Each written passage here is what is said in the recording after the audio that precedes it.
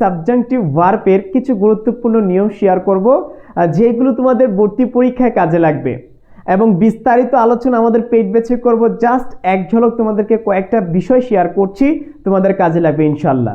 তাহলে দেখার চেষ্টা করো। এই যে এইখানের মধ্যে একটা চার্ট দেখতে পাচ্ছ, এই চার্টটা হচ্ছে সাবজেক্টিভ ভার্ব আছে কিছু এবং কিছু অ্যাডজেক্টিভ আছে। সো এইখানের মধ্যে প্রায় 24টি ওয়ার্ড আছে অ্যাডজেক্টিভ এবং ভার্ব মিলে।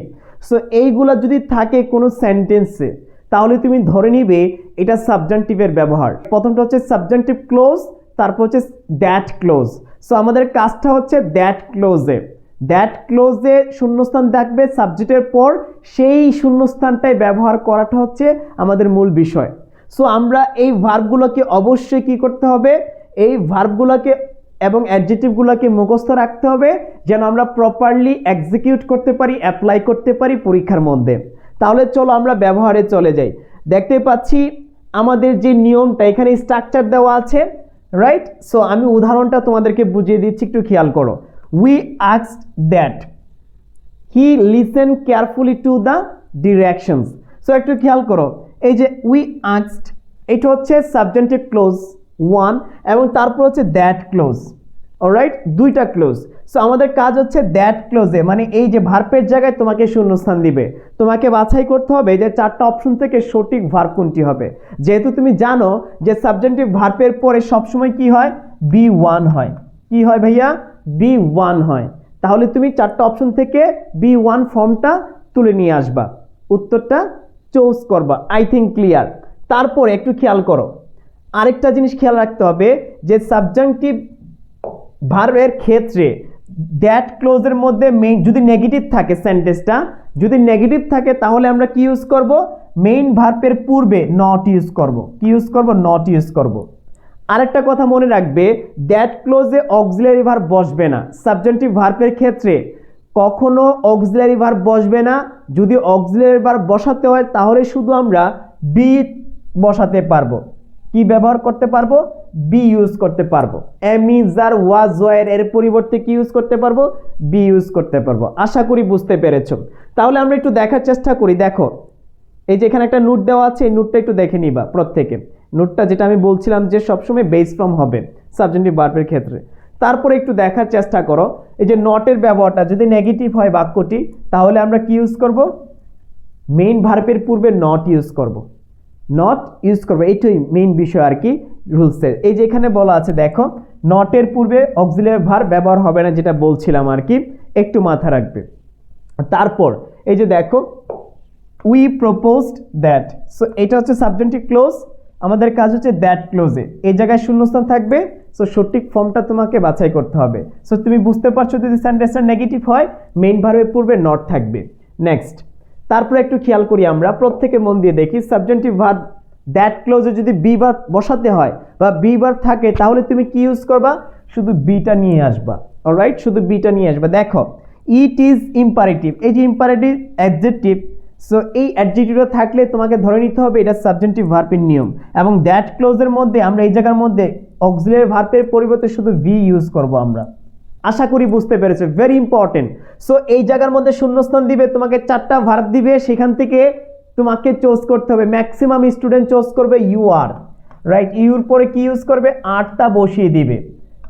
আটটা বসিয়ে দেওয়া মাত্রই তোমার একটা মার্ক চলে যাবে, নাই হয়ে যাবে। সো আবারও বলছি, ভালো করে খেয়াল করো। সো তুমি এই যে একটা মার্ক অনেক বড় একটা বিষয় ভর্তি পরীক্ষায়, আবারও বলছি। সো 1.25 জন্য হাজার হাজার স্টুডেন্টের কাছে মানে স্টুডেন্ট পিছিয়ে যায় জাস্ট 0.25 কারণে, ফেল করে।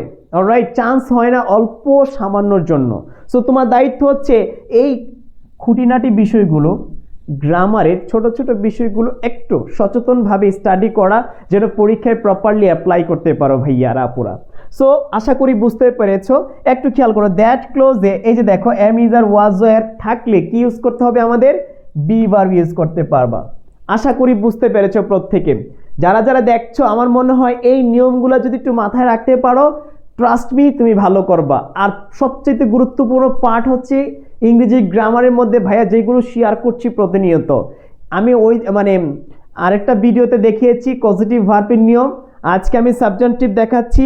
আমার প্রত্যেকটা গ্রামারের ভিডিও যেগুলো ভর্তি পরীক্ষার জন্য অত্যন্ত জরুরি এবং গুরুত্বপূর্ণ সেইগুলোই ভাইয়া শেয়ার করি তোমাদের সাথে। সো মন দিয়ে ভিডিওগুলো দেখতে হবে। তারপরে একটা বিষয় আছে, ভালো করে দেখার চেষ্টা করো, একটু ভালো করে দেখার চেষ্টা করো। দেখো সাবজেক্টিভ ভার্বে দ্যাট ক্লোজ না থাকলে, যদি দ্যাট ক্লোজ না থাকে, কি না থাকে ভাইয়া একটু খেয়াল করো। দ্যাট ক্লোজ যদি না থাকে তাহলে আমরা কি ইউজ করব? ইনফিনিটিভ ইউজ করব। কি ইউজ করব? ইনফিনিটিভ ইউজ করব। এই জায়গার মধ্যে খেয়াল করো যে সাবজেক্ট এবং সাবজেক্টিভ ভার্ব এরপরে যদি দ্যাট ক্লোজ না থাকলে আমরা ইনফিনিটিভ ইউজ করব, আর দ্যাট ক্লোজ থাকলে ওই যে নিয়মটা দেখিয়েছি সেই নিয়মে আমাদেরকে ব্যবহার করতে হবে, ইউজ করতে হবে। সো দুইটা নিয়মে দেওয়া আছে, we are, him, to live, infinitive use করা হয়েছে। ভালো করে খেয়াল করো, যদি তুমি দেখো যে এই জায়গার মধ্যে কি আছে, সাবজেক্টিভ ভার্ব দেওয়া আছে কিন্তু দ্যাট ক্লোজ দেওয়া নাই, তাহলে তোমাকে চট করে ইনফিনিটটা নিয়ে নিতে হবে। আর যদি দেখো যে দ্যাট ক্লোজ আছে তাহলে সাবজেক্টের পরে তোমাকে বি ওয়ানটা নিতে হবে, অলওয়েজ বি ওয়ান মাথায় রাখতে হবে। আশা করি বুঝতে পেরেছো। নেক্সট, তারপরে আরেকটা বিষয় আছে, খেয়াল করো ভালো করে। নিয়ম আছে অনেকগুলো, আমি কয়েকটা বিষয় শেয়ার করছি তোমাদেরকে যেইগুলো অত্যন্ত জরুরি, শুধু মনে রাখার চেষ্টা করবে। দেখতে পাচ্ছ সাবজেক্টিভ ভার্ব সাজেস্টের পর একটু দেখো, দ্যাট ক্লোজ না থাকলে, সাজেস্টের পর দ্যাট ক্লোজ না থাকলে সেটা জিরান্ট হয়ে যায়। আর যদি দ্যাট ক্লোজ থাকলে তাহলে কি হবে? ওই যে বরাবরের মতো দ্যাট ক্লোজ থাকলেই সাবজেক্টের পর বি ওয়ান। ক্লিয়ার? আশা করি বুঝতে পেরেছো। যদি না থাকে শুধু সাজেস্টের ক্ষেত্রে আমরা কি ইউজ করব? জিরান্ড ইউজ করব। যেহেতু এখানে দেখো সাবজেক্টিভ ভার্ব আছে বা দ্যাট ক্লোজ নাই, সেই ক্ষেত্রে আমরা কি নিব? এই সাজেস্টের ক্ষেত্রে আইএনজি যুক্ত ভার্বটি নিব। আর যদি দ্যাট থাকে তাহলে আমরা সাবজেক্টের পর বি ওয়ান নিব। ক্লিয়ার? সো এটা মাথায় রাখবে। নেক্সট, আরেকটা গুরুত্বপূর্ণ পার্ট তোমাদেরকে শেয়ার করছি, এটা হচ্ছে লাস্ট, ভালো করে মন দিয়ে দেখো। যদি ইনজিস থাকে তাহলে তুমি কি ইউজ করবা? সেই জায়গায় তুমি দুইটা বিষয় ইউজ করতে পারো, বি ওয়ান ইউজ করতে পারো, আবার বলছি বি ওয়ান ইউজ করতে পারো, অথবা পাস্ট ফর্ম ইউজ করতে পারো। দুইটা নিয়মেই তুমি ব্যবহার করতে পারো।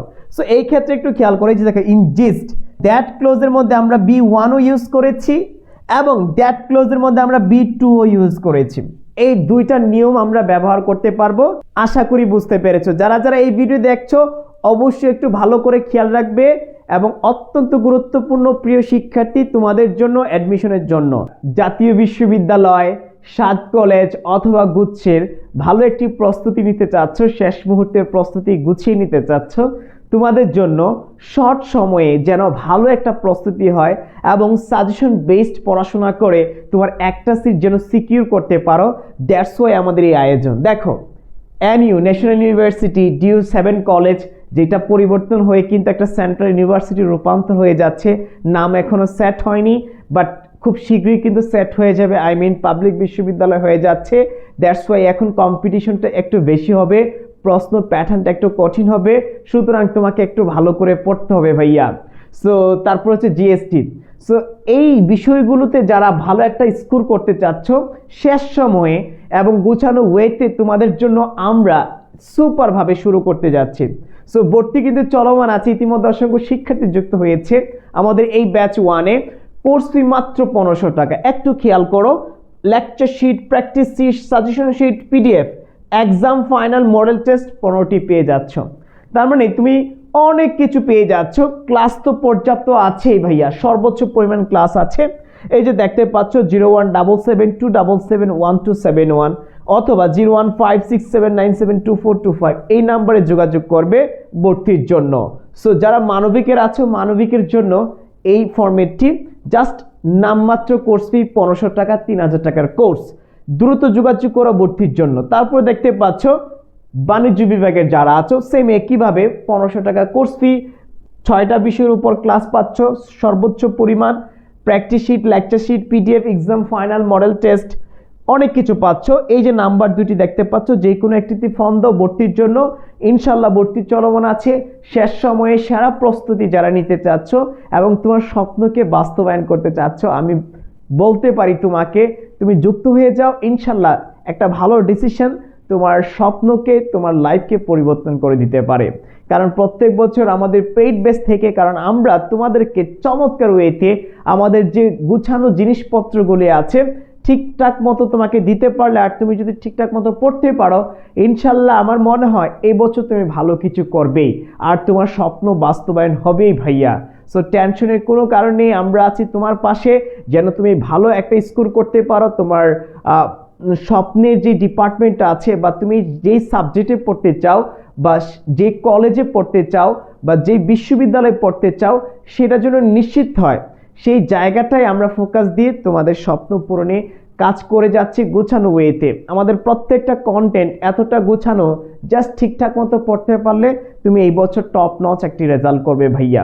তাহলে সময় ক্ষেপণ না করে এখনই উপরে ডিসক্রিপশন বক্সে ডিটেলস দেওয়া আছে, এখনই ফোন দাও, এখনই যোগাযোগ করো আমাদের পেজে মেসেজ দিয়ে। ইনশাল্লাহ তোমার সাথে দেখা হচ্ছে পেইড ব্যাচে এবং তুমি সেরা কিছু করবে এই বছর, সেটা আমি বিশ্বাস করি। কারণ বিশ্বাসে মেলে বস্তু, তর্কে বহুদূর। সো আমাদের সাথে জার্নিটা শুরু করো, শেষ মুহূর্তে তোমার স্বপ্ন বাস্তবায়ন হবেই। ভালো থাকবে, সুস্থ থাকবে, দেখা হচ্ছে পরবর্তী ভিডিওতে। আসসালামু আলাইকুম।